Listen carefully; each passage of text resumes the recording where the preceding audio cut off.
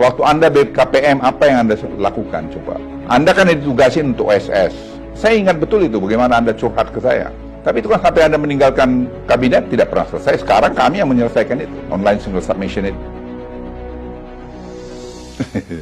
Saya pengen sebenarnya mengundang Muhaimin itu berkunjung kan udah ke WDB, ke Morowali untuk lihat sendiri, seeing is believing gitu. Daripada Anda berbohong kepada publik yang menurut satu karakter yang nggak bagus untuk mencapai sesuatu posisi. Anda membohongi publik dengan memberikan informasi seperti tadi. Kalau kita lihat data 2015, itu kemiskinan di sana 14,7%. Nah, data 2023 itu 12,4%. Jadi turun kemiskinan di sana dari 14,7 ke 12,4%. Nah, itu apa ya? Karena pembangunan ekonomi di sana. Kemudian kalau di Morowali, kita lihat 2015, itu 15,8% kemiskinan, dan 2023 ini kita lihat 12,3% kemiskinan. Jadi terjadi juga cukup perbaikan-perbaikan di sana. Tapi itu saja nggak cukup menurut saya. Saya sudah jelaskan bahwa ada sekarang politeknik kita dirikan situ. Sekali-sekali berkunjung deh ke politekniknya. Itu menurut saya bagus. Dan guru-gurunya juga kelas-kelas. Ada yang dari ITB, ada yang dari UI yang kita ajak untuk ngajar di sana. Dan mereka langsung praktek di industrinya. Dan malah ada yang dikirim ke Tiongkok untuk belajar teknologi ini yang lebih advance lagi. Dan mereka sekarang bekerja ya menjadi bagian dari pembangunan proyek smelter di Sulawesi atau di tempat lain juga. Proses suatu industri itu tidak lepas daripada kualitas pendidikan. Kita kan mana pernah ada punya politeknik bermutu di luar Jawa. Ayolah tunjukin coba, jangan bohong, pergi lihat sana.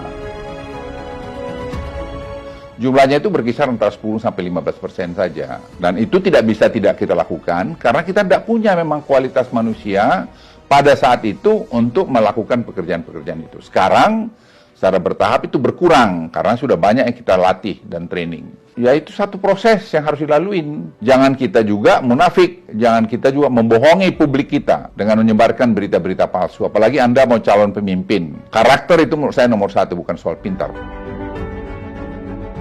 Anda perlu melihat data panjang 10 tahun, karena Anda pebisnis juga. Kan siklus daripada komoditi itu kan bernaik turun. Apakah itu batu bara, atau nikel, atau timah, atau emas, apa saja. Tapi kalau kita melihat selama 10 tahun terakhir ini, harga nikel dunia itu ya di 15 ribuan. Bahkan pada periode 2014-2019, periode hilirisasi mulai kita lakukan, harga rata-rata nikel itu hanya 12 ribu. Jadi saya nggak ngerti bagaimana Tom Lembong memberikan statement seperti ini. Bagaimana Anda memberikan advice bohong kepada calon pemimpin yang Anda dukung? Saya sedih lihat Anda di situ. Artinya intelektual Anda itu menurut saya jadi ragukan. Oke, mungkin Anda betul seorang intelektual, tapi karakter Anda itu menurut saya nggak bagus. Cucu saya aja komentar yang di Georgetown waktu Anda bicara di Washington DC 2 minggu lalu. Bagaimana Opung ada seorang mantan menteri yang bicara menjelek-jelekkan pemerintahnya sendiri, di mana pada waktu yang lalu dia bekerja di situ. What kind of personality this Opung? Tom harus ngerti, kalau harga nikel terlalu tinggi, sangat berbahaya. Kita belajar dari kasus kobalt. 3 tahun lalu harganya begitu tinggi, orang akhirnya mencari bentuk baterai lain. Itu salah satu lahirnya lithium ferrofosfat itu.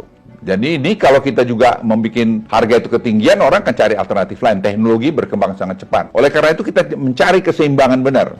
Keseimbangan supaya betul-betul barang kita ini tetap masih dibutuhkan sampai beberapa belas tahun yang akan datang. Kita nggak tahu berapa tahun. Tapi ingat, lithium baterai itu bisa recycling. Sedangkan tadi LFP itu tidak bisa recycling sampai hari ini. Tapi sekali lagi teknologi itu terus berkembang. Nah kita bersyukur LFP juga kita kembangkan dengan Tiongkok. Tadi lithium baterai juga kita kembangkan dengan Tiongkok maupun dengan lain-lain.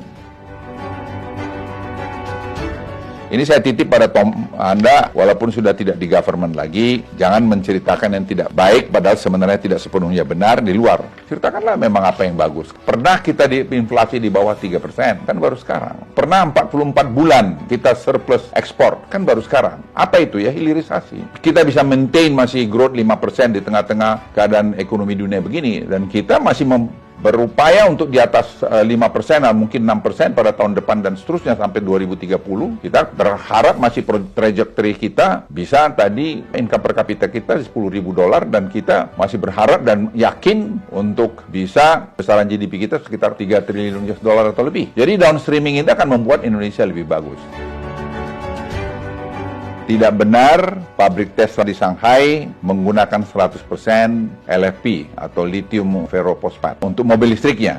Mereka masih tetap gunakan nickel-based baterai. Jadi seperti supply nickel-based baterai itu dilakukan oleh LG Korea Selatan untuk model mobil listrik yang diproduksi Tesla di Shanghai. Memang ada yang mulai LFP karena penelitian mengenai LFP ini sudah makin berkembang. Ya memang satu ketika tidak tertutup kemungkinan nikel ini makin kurang penggunanya. Makanya sebabnya kita juga harus genjot juga. Tapi dengan tadi yang terukur. Nah sekarang ini kalau kita lihat hilirisasi kita di katoda dan di banyak lagi bagian daripada lithium baterai kita sudah sangat maju yang membuat ekspor kita juga tidak hanya tergantung lagi kepada ekspor raw materialnya itu tadi. Anda jangan GR juga bilang kasih note kepada ayahnya Mas Gibran. Emang hanya pemlembong aja. Yang paling banyak kasih note pada presiden itu adalah Menlu, Ibu Retno. Karena setiap bilateral beliau yang ngasihkan itu. Dan itu bukan terjadi pada Presiden Jokowi saja. Semua kepala negara itu kalau bilateral pasti ada yang di belakang yang ngasih note itu. Apakah karena Anda hebat melakukan itu? Tidak, itu tugas Anda sebagai pembantu presiden, sebagai Menteri Perdagangan waktu itu, sebagai Kepala BKPM. Tapi Anda harus refleksi juga apa sih yang Anda lakukan sudah Menteri Perdagangan. Coba tanya dirimu. Waktu Anda BKPM, apa yang Anda lakukan? Coba. Anda kan ditugasin untuk OSS. Saya ingat betul itu, bagaimana Anda curhat ke saya. Tapi itu kan sampai Anda meninggalkan kabinet, tidak pernah selesai. Sekarang kami yang menyelesaikan itu. Online single submission itu, yang sudah digadang-gadang bakal selesai begini, begono, dan segala macam itu. Jadi saya hanya ingin sampaikan, kita sudahlah. Kalau sudah selesai masa kita, sudah semua ada waktunya. Tidak perlu kita ceritakan kita yang paling bagus. Karena kita itu terjadi semua, tidak. Semua itu adalah hasil kerja timbur. Pemimpin itu harus memberikan ketauladanan. Ya, kalau kami di tentara ketauladanan, yang juga bisa risiko pada nyawamu. Tapi sini, nama baikmu, nama Indonesia, itu menjadi tantangan. Jadi saya pikir, Anda yang akan jadi calon pemimpin Republik ini, kalau berani mencalonkan diri, elok Anda itu memberikan tauladan. Jangan bicara seenaknya aja, memberikan kabar-kabar bohong. Jadi kalau saya bantah gini kan jadi tidak enak bahwa Anda bohong. Saya sebagai yang lebih senior, lebih tua dari Anda, ingatkan, jangan Anda karakter ini kalau Anda pelihara terus, tidak bagus. Nanti siapa tahu Anda menang. Kalau Anda menang jadi pemimpin seperti ini, wah saya sangat khawatir nanti bagaimana Anda memimpin Indonesia ini, atau siapapun yang kalian jadi pemimpin itu. Ya, jadi saya titip kalau Anda berkomentar, lihat dulu barang itu. Anda mau calon-calon pemimpin. Anda nggak tahu bagaimana kerja keras orang itu membuat WDB, membuat Morowali, yang memberikan sumbangan besar buat ekonomi kita, sampai seperti sekarang. Sekali lagi, rakyat Indonesia, pilihlah pemimpin yang berkarakter. Saya ulangi, pilihlah pemimpin yang berkarakter, jangan pemimpin yang kelihatan pintar saja, tapi tidak memiliki karakter yang baik. Terima kasih. Untuk kita tinggalkan banyak